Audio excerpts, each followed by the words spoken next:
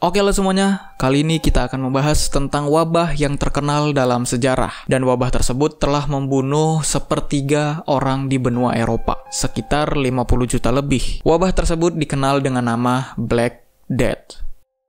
Dan apakah kamu kenal dengan sosok yang seperti ini? Apa hubungannya dengan wabah Black Death? Kita akan bahas di video ini. Wabah Black Death ini ditemukan pada abad ke-14 di benua Eropa. Pada saat itu datang sebuah kapal-kapal ke pelabuhan yang ada di Sisilia, Italia. Namun warga setempat dikejutkan dengan pemandangan yang mengerikan. Hampir seluruh awak kapal di kapal tersebut sudah mati. Jadi kapal-kapalnya itu udah dipenuhi mayat dan cuma ada beberapa aja yang hidup. Itu pun yang hidup itu sekarat. Di sekujur tubuh mereka terdapat bisul-bisul dengan warna hitam, dan dari situ keluar darah serta nanah. Pihak yang berwenang yang ada di Sisilia menuntut agar kapal itu segera pergi meninggalkan pelabuhan. Namun semuanya sudah terlambat. Wabah Black Death telah menyebar ke seluruh benua Eropa, membunuh banyak warga di sana. Sebenarnya sebelum datangnya kapal tersebut, udah ada desas-desus tentang penyakit ini, tentang penyakit bisul hitam ini. Beberapa tahun lalu wabah ini udah ada di Cina, sudah terjadi di Cina. Terus terdengar lagi beritanya udah sampai di India. Terus penyakit ini menyerang Suriah, menyerang Persia, dan menyerang Mesir. Jadi diperkirakan penyebaran wabah ini datang dari Asia melalui jalur perdagangan. Dan sampainya wabah ini ke benua Eropa melalui kapal-kapal dagang. Orang yang terkena wabah ini, penyakitnya akan dimulai dari pembengkakan kelenjar getah bening. Terus akan timbul bisul-bisul hitam yang mengeluarkan darah dan nanah. Diikuti dengan sejumlah penyakit yaitu demam, diare, kedinginan, muntah-muntah, rasa nyeri yang hebat, dan dalam waktu singkat bisa menimbulkan kematian. Dan gak cuma menyerang manusia, wabah ini juga menyerang hewan. Sehingga karena banyaknya hewan ternak yang mati, ketersediaan daging pun ikut berkurang. Suplai daging pun juga berkurang. Nah, pada saat itu, banyak yang nggak tahu gimana cara wabah ini menyebar. Dari pengamatan mereka, orang yang udah kena wabah, terus bersentuhan dengan orang lain, beberapa hari kemudian, orang lain tersebut yang disentuh tadi itu kena wabah Black Death juga. Jadi bisa dibilang berdasarkan yang mereka amati, penyebaran wabah ini melalui sentuhan. Cuman ya pada masa itu memang penularan ini belum dipahami dengan baik karena ilmu kedokteran atau ilmu tentang medis belum semaju sekarang ini. Dan orang yang sudah terjangkit sebenarnya nggak akan merasakan gejala apapun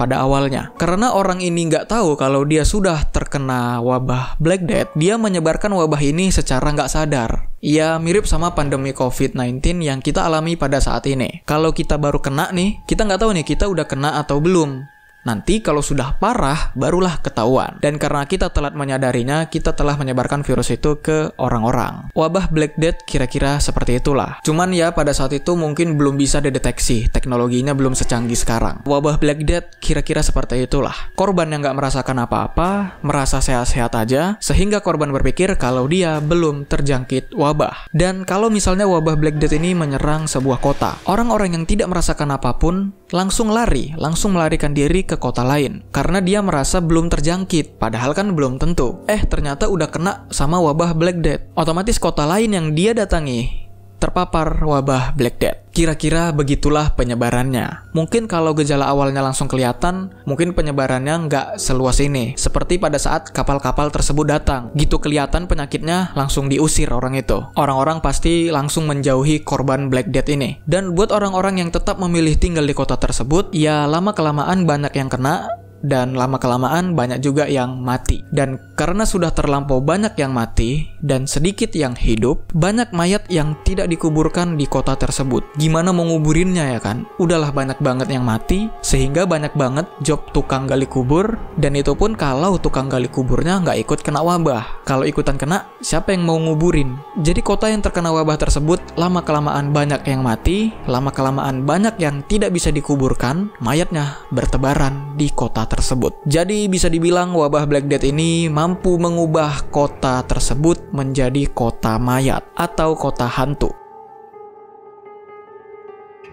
Dan ya pasti adalah teori konspirasi kalau wabah ini adalah perbuatan seseorang. Apakah orang yang berkostum aneh ini adalah dalangnya? Sayangnya bukan. Teori konspirasinya adalah wabah ini dibuat oleh bangsa Yahudi. Tapi itu hanya sebatas teori konspirasi dan belum terbukti seperti itu. Jadi, karena banyak yang meninggal disebabkan oleh wabah itu, muncullah sekelompok plague doctor, atau kalau diartikan secara bahasa adalah dokter wabah. Plague doctor ini ditugaskan untuk menangani pasien wabah Black Death. Sekelompok dokter-dokter ini dibayar oleh wali kota untuk merawat warga-warga yang terpapar Black Death dari semua kelas sosial, mau itu miskin, mau itu kaya, sama aja. Tapi plague doctor ini hanya menangani kasus Black Death.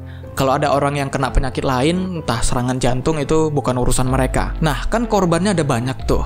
Dan ketika tidak ada cukup dokter, orang-orang dari profesi lain lah yang dipekerjakan untuk membantu sang dokter. Mau itu dokter magang, petani, nelayan, chef, semuanya kalau mau boleh ikut menjadi plague doctor. Jadi ya kebanyakan dari plague doctor ini adalah bukan seorang dokter, melainkan dari profesi yang lain. Melainkan relawan yang mau membantu dokter dalam menghadapi wabah Black Death ini. Jadi ya para relawan yang menjadi plague doctor inilah yang menjadi garda terdepan melawan wabah Black Death. Mereka merawat orang sakit, menyingkirkan mayat, menguburkannya, melakukan otopsi, mencatat daftar orang meninggal untuk pendataan, dan kadang juga plague doctor inilah yang menulis surat wasiat untuk keluarganya. Dan karena ilmu mereka masih sedikit, mereka melakukan beberapa eksperimen untuk menemukan obatnya. Saat mereka melakukan operasi, otopsi, dan eksperimen tersebut, mereka harus menggunakan kostum plague doctor ini. Tapi sayangnya banyak eksperimen yang mereka lakukan itu berakhir gagal.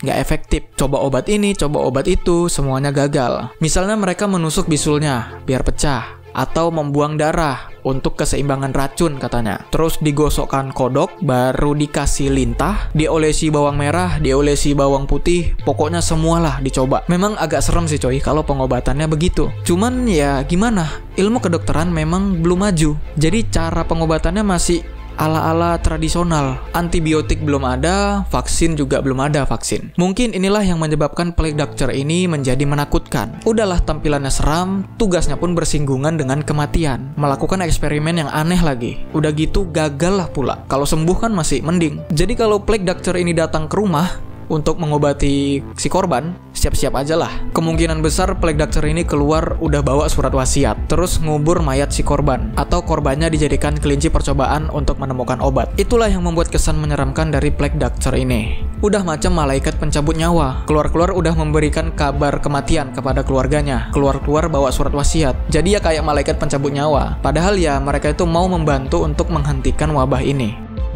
Nah, sebenarnya tampilan dari plague doctor ini ada berbagai macam. Cuman ya bentuknya rada sama, menggunakan topeng yang ada paruh panjangnya. Nah, pada abad ke-17, seorang dokter dari Prancis, Charles Delorme, dikreditkan atau dianggap sebagai pembuat kostum plague doctor ini. Beginilah tampilan plague doctor pada masa itu. Pakai topeng yang aneh seperti itu, ada paruhnya, pakai topi, pakai mantel, sepatu boot, dan membawa tongkat. Jadi bisa dibilang pada awal wabah ini datang, plague doctor itu belum ada. Setelah beberapa tahun kemudian, barulah muncul plague doctor ini untuk melawan wabah tersebut. Nah, sebenarnya ada alasan kenapa para dokter wabah itu menggunakan pakaian tersebut. Jadi ada gagasan kalau penyebaran Black Death ini menyebar melalui udara. Untuk mencegah hal tersebut, plague doctor menggunakan pakaian ini. Ya kayak APD penanganan COVID. Dan APD penanganan Black Death itu begini. Topi ini memiliki lensa di bagian matanya dan paruh yang panjang di bagian bawahnya. Nah, di paruhnya ini dibikinlah lubang-lubang kecil sebagai ventilasi untuk dokter bernapas. Kalau nggak ada bolongannya, ya dokternya mau menghirup udara apa. Dan karena di paruhnya ini memiliki ruang yang cukup besar, punya rongga, di rongga yang ada di paruhnya itu diletakkan obat-obatan aromatik, aroma-aroma obat itu. Jadi udara yang beracun itu, yang dianggap beracun itu, ketika masuk ke dalam topeng, dia udah tersaring sama obat-obatan aromatik tersebut. Jadi sang dokter ini tetap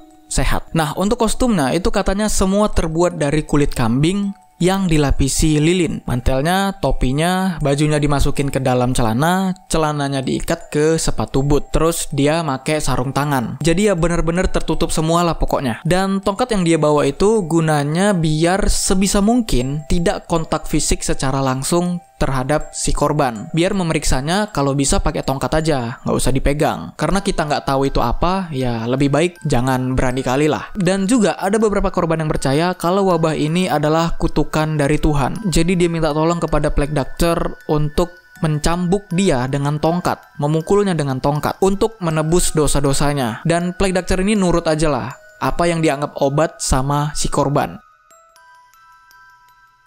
Nah, wabah Black Death ini sempat berhenti tapi muncul lagi di beberapa abad kemudian. Barulah di abad ke-18 baru ketahuanlah kalau penyebab wabah Black Death ini adalah bakteri Yersinia pestis, yang mana dikatakan bakteri ini berasal dari kutu tikus. Jadi kutu tikus sama kutu manusia agak lain. Jadi mungkin kutu tikus ini lompat dari tikus ke manusia mencari inang yang baru, kemudian menggerogoti kulit manusia. Dan dari situlah bakteri Yersinia pestis masuk ke dalam tubuh manusia. Dan memang penyebarannya bisa melalui sentuhan. Jadi kalau ada manusia yang udah kena kutunya ini, terus bersentuhan sama orang lain, bisa aja kutunya itu pindah, lompat. Bisa juga kalau kita menyentuh air yang sudah terkontaminasi oleh bakteri ini. Tapi ya sekarang udah ada antibiotik untuk melawan Yersinia pestis itu. Jadi wabah Black Death ini di zaman sekarang udah nggak seseram dulu lah, karena udah ada obatnya. Menurut sejarawan Frank M. Snowman, upaya yang dilakukan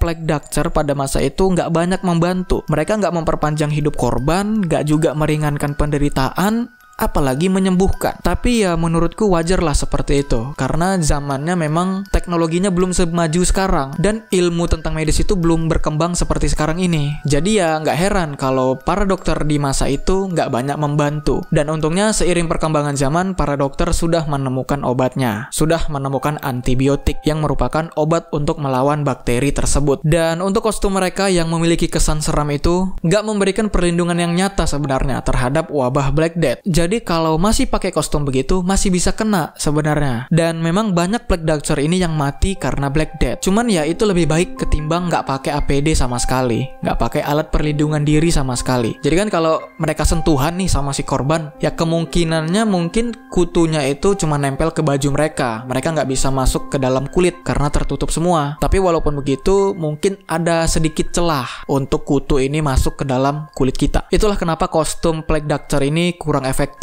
melawan wabah tersebut. Dan gagasan mereka pun pada saat itu juga salah. Penyebaran Yersinia pestis ini bukan melalui udara. Gagasan mereka salah. Soalnya kan kostum plague doctor ini dibuat untuk mencegah penyebaran wabah melalui udara. Ternyata melalui sentuhan atau air yang terkontaminasi. Tapi udah bagus lah. Lagian kan mereka juga pakai tongkat ya kan, biar nggak sentuhan langsung sama si korban. Jadi usaha mereka untuk melindungi diri sudah benar, cuman kurang optimal aja. Dan karena kostum plague doctor ini dianggap unik dan menarik, seorang dokter pakai kostum begituan, dilestarikanlah kostum tersebut dengan cara menggunakan kostum plague doctor pada saat karnaval ataupun Halloween. Dan dalam dunia cosplay, variasi plague doctor ini ada banyak, cuman menurutku yang paling cocok itu plague doctor versi steampunk. Menurutku cocok aja sih plague doctor dan steampunk ini dikombin. Dan ya itu juga dianggap sebagai kenangan penghormatan kepada dokter-dokter pada masa itu melawan wabah Black Death. Dan kita bisa lihat juga Black Death ini sering digunakan dalam hiburan seperti di dalam game, di dalam film. Jadi itulah pembahasan kita tentang wabah Black Death dan plague doctor. Buat kita yang sama sekali nggak tahu, belum pernah denger, terus ngelihat thumbnail dan judul seperti ini, pasti ada yang kepikiran, jangan-jangan orang ini yang menyebabkan wabah Black Death. Itu wajar karena penampilan yang seram. Padahal ya orang dengan kostum itulah yang melawan Black Death. Dan di sini kita simpulkan lagi dan sekaligus aku mau melengkapi. Jadi plague doctor itu muncul setelah wabah Black Death datang ke Eropa, sehingga membunuh sepertiga orang-orang Eropa. Black Death datang dari kapal-kapal yang hampir semua awak kapalnya mati. Dan dari situlah awal penyebaran Black Death ini di benua Eropa. Karena kurangnya pengetahuan tentang penyakit ini, penyebarannya jadi sangat meluas. Terus wabah Black Death ini terjadi sebanyak 3 kali